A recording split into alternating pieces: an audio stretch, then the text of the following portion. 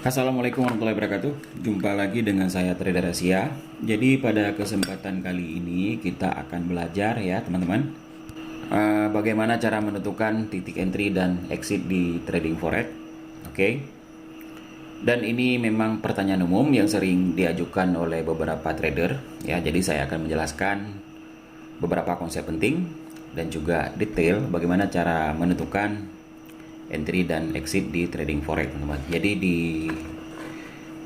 chart ini saya buka di pair euro USD di time frame H4. Oke, kemudian di sini saya mengeluarkan garis moving average 50 teman-teman untuk mengidentifikasi trennya teman-teman ya. Nah, jadi faktor-faktor yang mempengaruhi titik entry dan exit itu adalah yang pertama analisis teknikal. Kita tentu harus menggunakan yang namanya analisa teknikal. Nah, kalau di Trader Asia sendiri itu menggunakan indikator Bollinger Band Moving Average ya. Dan di sini saya belum memasukkan indikator Bollinger Band Moving Average. Kenapa? Biar kita mudah mengerti ya. Saya akan sajikan kepada kalian itu dasar-dasarnya dulu teman-teman. Ya, jadi kita lebih simple aja daripada kebanyakan garis-garis di chart nanti membuat kalian itu ya bingung teman-teman ya. Nah, seperti yang saya katakan tadi, ya faktor-faktor yang mempengaruhi titik entry itu adalah yang pertama analis teknikal. Ya prinsipnya kita harus mengetahui dulu pola-pola grafiknya teman-teman. Ya agar kita itu bisa mengidentifikasikan tren harga, kemudian pembalikan tren dan juga konsolidasi pasar. Ya. Nah di chart di depan ini ya kita lihat apakah trennya naik atau turun atau mungkin pembalikan tren. Ya, di sini juga saya mengeluarkan garis moving average 50, oke. Dengan pengaturan periodenya itu 50 seperti biasa dipakai di analisa Bollinger Band Moving Average ya teman-teman ya. Jadi di sini saya sudah keluarkan moving average 50 dimana kalau kita lihat di candlestick ini di depan ya, kalau memang candlesticknya itu berada rata-rata itu kebanyakan misalnya berada di bawah moving average 50, kita lihat di depan ini kan kebanyakan rata-ratanya kan candlestick bergerak rata-rata adalah di bawah garis MA50 teman-teman. Nah di sini kita bisa identifikasi bahwa harganya downtrend.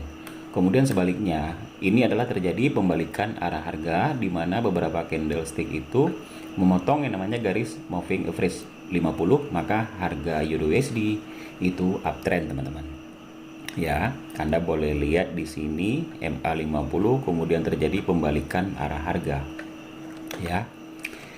Nah, kemudian indikator teknisnya yang kita gunakan moving average 50 dan yang kedua kita tentukan yang namanya support dan resisten teman-teman. Oke. Tergantung di time frame berapa yang akan kalian entry.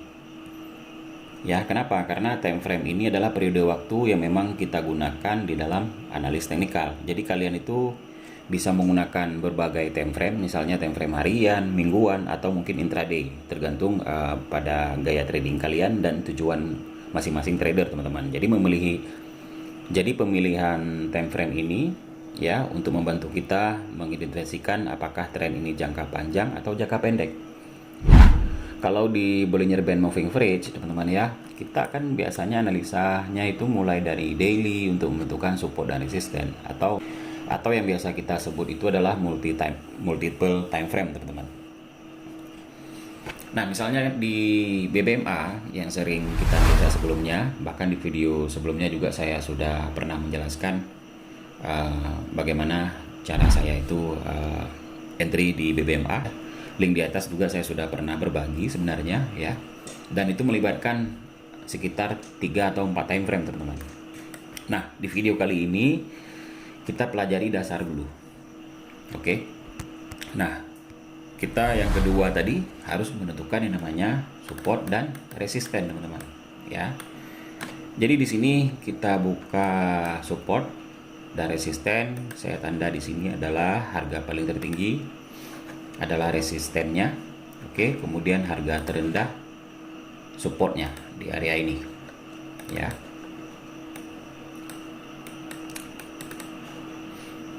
Nah Apa itu support dan resisten? Kenapa harus harga di ujung ke ujung, resisten di bawah, support di bawah dan resistennya di atas.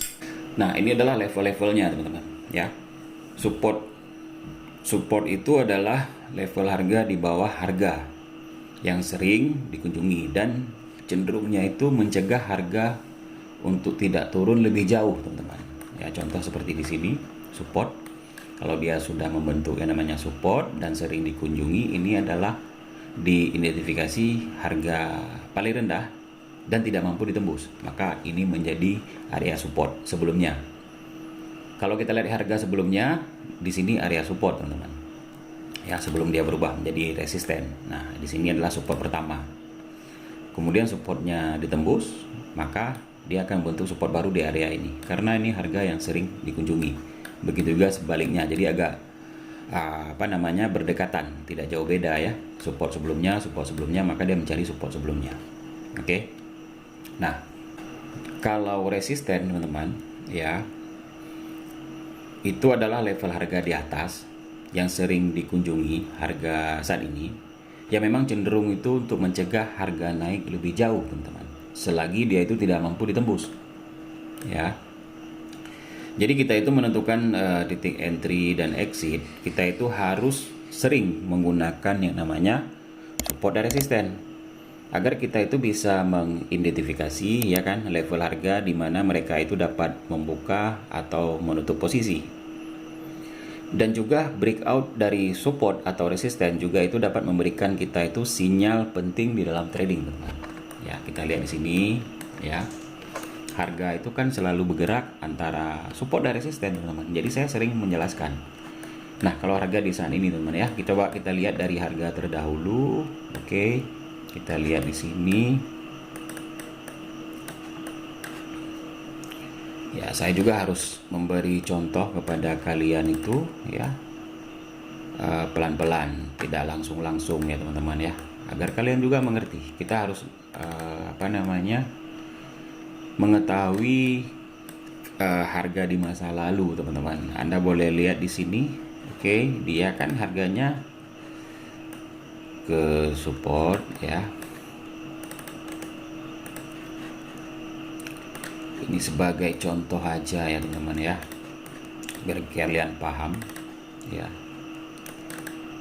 Nah, dia ini kan harga itu selalu bergerak di dalam yang namanya kanal support dan resisten, teman-teman. Anda boleh lihat di sini ya, harga naik dari support mencari resisten ya kan, kemudian turun lagi cari support, kemudian support tidak ditembus, kemudian naik lagi ke resisten, teman-teman, dan seterusnya, teman-teman. Nah, di saat harga menembus yang namanya resisten di sini, teman-teman, oke, ini kan ditembus ya, dan harga itu cenderung uptrend, di mana rata-rata candlestick itu berada di atas garis moving average 50 seperti yang saya jelaskan di awal-awal. Kalau memang candlesticknya itu berada di atas garis moving average 50, artinya candlestick berada di uptrend, teman-teman, dan kita mencari ciri-ciri untuk masuk entry ke buy ya. Nah, di sini uptrend, kemudian dia menembus yang namanya resisten, maka resistennya bergerak ke yang baru, teman-teman ya, di ujung ini. Oke, kemudian selanjutnya support juga ditembus, teman-teman. Kemudian harga selanjutnya support ditembus, maka dia membentuk support yang baru. Oke, dan di harga di area 1.04834, teman-teman. Nah, seperti ini ya. Ini adalah resisten terbaru. Ini adalah support terbaru di mana pergerakan mata uang Euro USD, teman-teman. Nah, setelah kita melihat pergerakan harga Euro USD, kalian sudah paham bagaimana cara menentukan support dan resisten. Kalau kalian belum ngerti, kalian nonton video support resisten ya. Maka kita mengeluarkan namanya Bollinger Band. Oke, Bollinger Band ini adalah indikator yang menunjukkan kisaran harga yang kita harap. Jadi kita itu bisa membantu. Jadi Bollinger Band ini bisa membantu mengidentifikasikan volatilitas pasar, teman-teman. Ya, jadi di sini saya sudah simpan template-nya, tinggal saya keluarkan aja. Nah seperti ini. Nah oke, tadi supportnya udah hilang ya. Oke, saya kasih yang aja, kita masukkan kembali.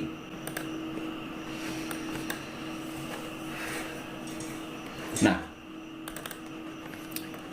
Anda melihat di sini ya, kita lihat bagaimana cara mengatur volatilitas harga menggunakan Bollinger Band ya, yaitu dengan cara seperti video sebelumnya. Kalau Bollinger Band-nya ini mengembang teman-teman, itu terjadi pergerakan harga ya, contoh seperti ini. Bollinger Band-nya, top Bollinger Band juga mengembang ke atas, kemudian low Bollinger Band-nya juga mengembang ke bawah, kemudian rata-rata candlestick itu berada di atas garis moving average 50. Oke, dan harga uptrend. Nah, dimanakah kita menentukan re-entry-nya dan exit-nya teman-teman? Di harga saat ini, oke.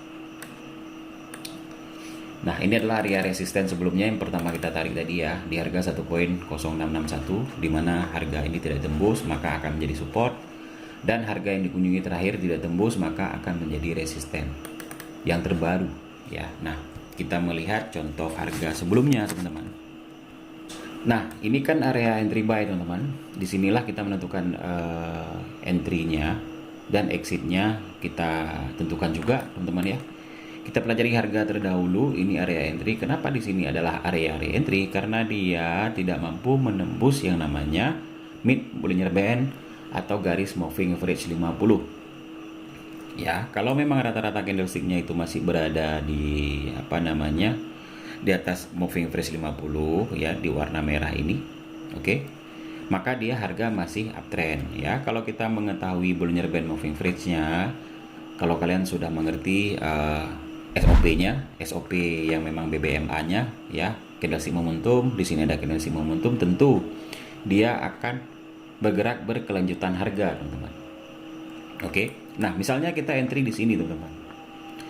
Exit-nya di mana? Terus close posisinya di mana di saat kita sudah buy? Kira-kira exit close posisi sebelumnya untuk kita taking profit itu di mana, ya kan? Nah, cara menentukannya adalah kita melihat resisten terdahulu teman-teman. Karena kenapa? Cenderung harga itu kan bergerak antara support dan resisten, ya kan? Nah, kita lihat di sini. Kalau kita entry di area ini, ya di harga ini, kisaran 1.06903, maka exitnya adalah di area ini teman-teman. Kenapa di area ini? Karena resisten sebelumnya. Nah, di area ini adalah resisten sebelumnya, teman-teman. Cenderungnya itu candlestick bergerak di video awalnya adalah candlestick itu bergerak antara support dan resisten. Nah, kalau memang resisten sebelumnya di area ini, kita anggap yang ini belum ada, candlesticknya belum terbentuk, maka kalau entry di area ini, maka TP-nya adalah kurang lebih 1.500 poin. Atau mungkin 2.000 poin, kadang-kadang nggak tersentuh ya. Ini kan harga yang sudah terjadi, kadang-kadang mungkin nggak sampai ke area resisten, tetapi setidaknya kita sudah mendapatkan gambaran sebelumnya teman-teman, di mana harga mantul. Oke. Nah, exitnya di mana? Exitnya adalah tetap di bawah mid Bollinger Band atau di bawah garis MA50 di time frame H4 teman-teman. Ya, kita bisa tentukan exitnya itu di area support sebelumnya. Kita lihat di sini area support sebelumnya kan di area ini teman-teman ya. Coba saya perbesar. Nah, di area bawah paling ini teman, yang memang sering dikunjungi ya. Maka kalau kita turunkan garis support sebelumnya di area ini. Oke. Nah, untuk menentukan exitnya tentunya kita menggunakan SL-nya itu kurang lebih 50 atau 70 pips di time frame H4, karena beda-beda time frame ya, beda-beda juga perolahan pipsnya. Karena kita mengikuti yang namanya SOP analisa teknikal. Apapun teknikal yang kalian gunakan, tetapi di trader Asia itu menggunakan Bollinger Band moving average, maka kisaran di harga 1.06014 sebelum menyentuh yang namanya support. Ya, kurang lebih 70 pips atau 50 pips. Kenapa dikatakan harus 70 pips, 50 pips? Tentunya dia sudah seandainya candlestick itu memotong garis MA50 atau menembus ke bawah top Bollinger Band, tentunya harga akan berbalik arah dan mencari support, teman-teman. Daripada kita kejauhan menentukan SL-nya, ngapain? Ya kan, kalau kejauhan kadang-kadang mungkin ya kita bisa aja cut loss gitu kan. Ngapain kita menahan rugi selama-lamanya gitu kan. Jadi ya margin kita kan berkurang terus. Jadi kita harus menentukan support dan resisten, dan juga risk reward ratio seperti di video-video sebelumnya yang saya jelaskan, teman-teman. Nah, Anda boleh lihat di sini ya, kalau seandainya kita exitnya di mana ya, sebelum support sebelumnya, sebelum titik support sebelumnya. Oke. Nah, ini yang harus kalian pahami, teman. Jangan sampai menyentuh support baru kalian SL-nya turunkan. Kebanyakan trader itu menurunkan SL-nya, nggak yakin ya kan, padahal benar-benar tertentu support, tetapi yang terjadi adalah modal kita tergerus ya sangat banyak, teman-teman. Ya. Nah,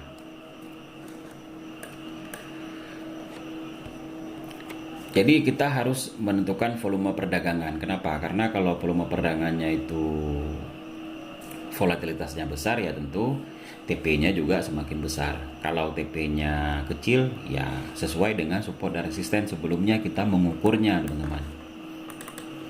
Atau saya kasih contoh satu lagi di time frame H1 ya, untuk yang lebih pendek lagi biar kalian lebih paham ya.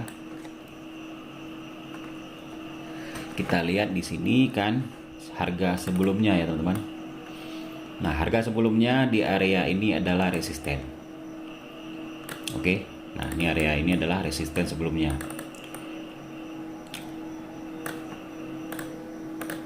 Nah, kemudian di area ini adalah harga support sebelumnya. Anda boleh lihat, oke, rata-rata pergerakan candlestick itu berada antara support dan resisten, di mana ya dari resisten harga bergerak ke support, kemudian dari support dia mencari ke resisten. Oke, Anda boleh lihat di sini walaupun tidak sampai, tetapi kita harus menentukan RR-nya ya. Selanjutnya dia juga mencari support terbaru. Nah, kalau support terbarunya terbentuk ya kita naikkan sedikit dari harga terdahulu ya kan. Nah, di area ini yang sering dikunjungi, jadi dia menjadi support yang kuat, teman-teman. Oke. Kemudian harga bergerak lagi ke resisten. Kemudian harga menembus yang namanya resisten.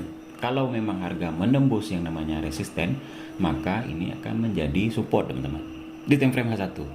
Di time frame H1 ya. Nah, kita kenali dulu di manakah entry-nya. Oke, saya hapus dulu semuanya ini. Nah, di manakah kita posisi entry dan exit? Oke, kita lihat di di depan ini ya. Oke, nah Anda boleh lihat di sini.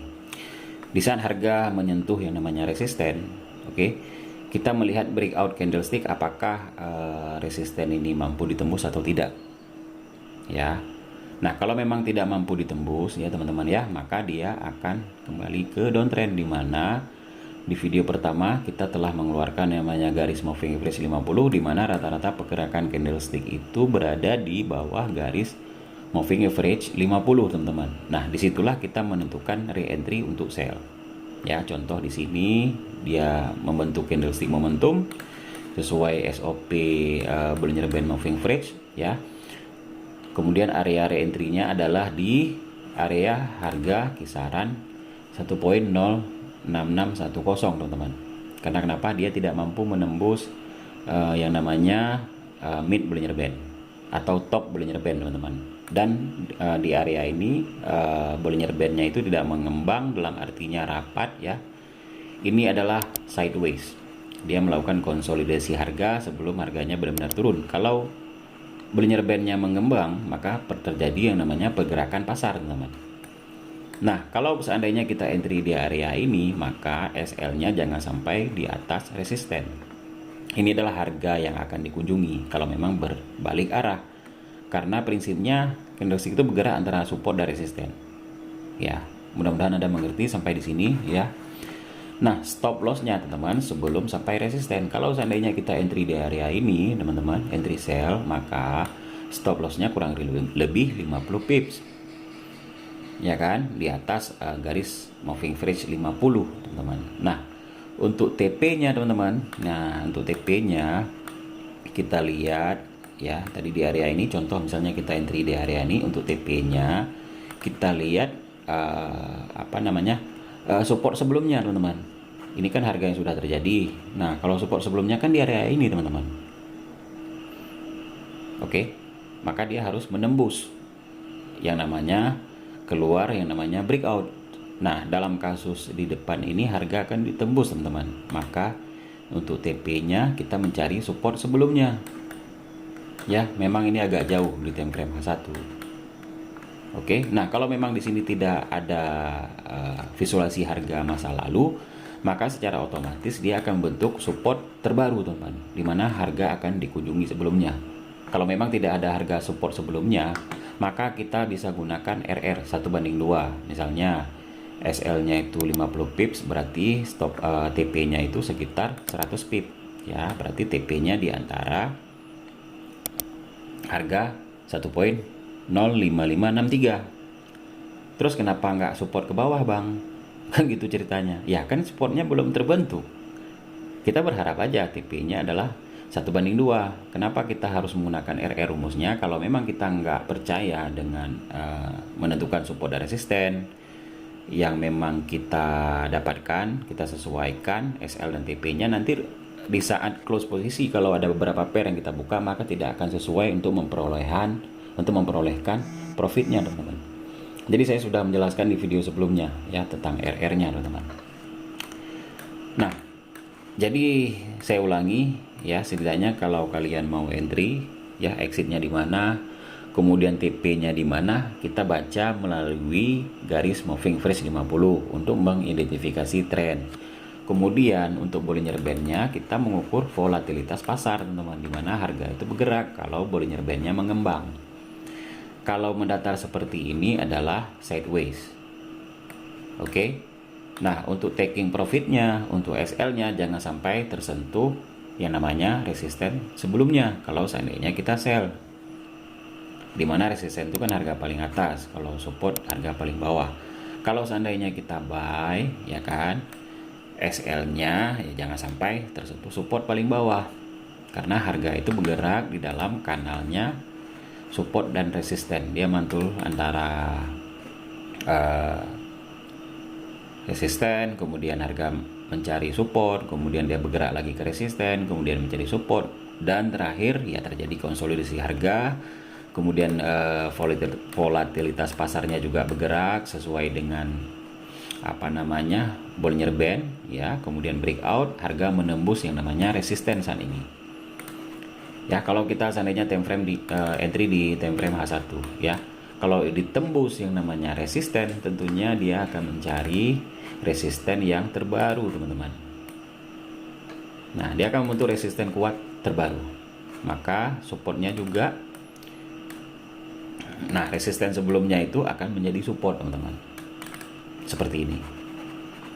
Nah, kalau kasus di depan ini, di harga saat ini kan masih re-entry buy, belum ada pembalikan arah di time frame H1. Nah, entry-nya ya tepatnya di area ini teman-teman. Ya, di kisaran sebelum garis MA5 dan 10 low. Ini adalah area re-entry sebelum dia menembus mid Bollinger Band, maka dia harus menembus resisten sebelumnya akan ditembus. Kalau tidak ya pipsnya juga perolehannya kalau memang mantul dari resisten ya kurang lebih ya 20 pips atau 200 poin. Ya kan? Karena ini di time frame H1, jadi jangka pergerakan candlestick-nya itu lebih, perolehan pipsnya itu lebih kecil teman-teman ya. Saya kira mungkin dengan video ini mudah-mudahan kalian mengerti ya. Tetapi kalau kalian belum mengerti, kalian boleh ulang-ulang dari awal ya, cara mengidentifikasi tren ya, seperti yang saya jelaskan pada sebelumnya. Kita harus tahu prinsip-prinsip pola-pola grafik yang bergerak. Oke, tren naik apakah turun, apakah pembalikan harga ya, kita bisa melihat di garis moving average 50, kemudian indikator teknis yaitu moving average, di mana MA ini adalah indikator yang menghitung rata-rata harga di dalam periode waktu tertentu. Contoh di sini adalah di time frame H1 atau di time frame H4. Kemudian kita gunakan juga Bollinger Band, yaitu indikator yang menunjukkan kisaran harga yang kita harapkan itu memberi informasi, ya, untuk kita tahu identifikasi volatilitas pasar bergeraknya itu sejauh mana, ya. Jadi indikator ini kita gunakan itu secara individual atau di dalam kombinasi, ya, untuk mengkonfirmasi sinyal, dan juga kita dapat mendapatkan panduan di dalam menentukan titik entry dan exit, teman-teman. Kemudian juga support dan resisten, ya, di mana level-level harga yang penting di dalam kita menganalisis teknikal, teman-teman. Jadi saya kira 3 prinsip ini, ya, yang memang mempengaruhi faktor-faktor titik entry dan exit di dalam trading forex, teman-teman. Oke, saya kira mungkin sampai di sini aja video ini, ya. Mudah-mudahan video ini bermanfaat bagi kalian, dan silakan kalian share kepada teman-teman kalian, ya. Siapa tahu teman-teman kalian itu membutuhkan informasi yang bermanfaat seperti ini, teman-teman. Dan yang terakhir, bagi teman-teman yang belum subscribe, ya, silakan subscribe dulu, ya. Kemudian kalian like agar kalian itu mendapatkan video-video terbaru tentang edukasi forex yang saya bagikan secara gratis hanya di channelnya Trader Asia, teman-teman. Nah, sekarang kalian silahkan komen di bawah, mungkin kalian ada pertanyaan yang baru, atau mungkin kalian ingin dibuatkan video-video sesuai dengan pertanyaan kalian tentang trading forex, maka saya juga akan membuat video setiap minggu sesuai dengan ilmu yang saya pelajari dan juga kemampuan saya, maka saya akan sajikan kepada kalian semuanya, teman-teman. Oke? Saya kira sampai di sini aja dulu. Assalamualaikum warahmatullahi wabarakatuh.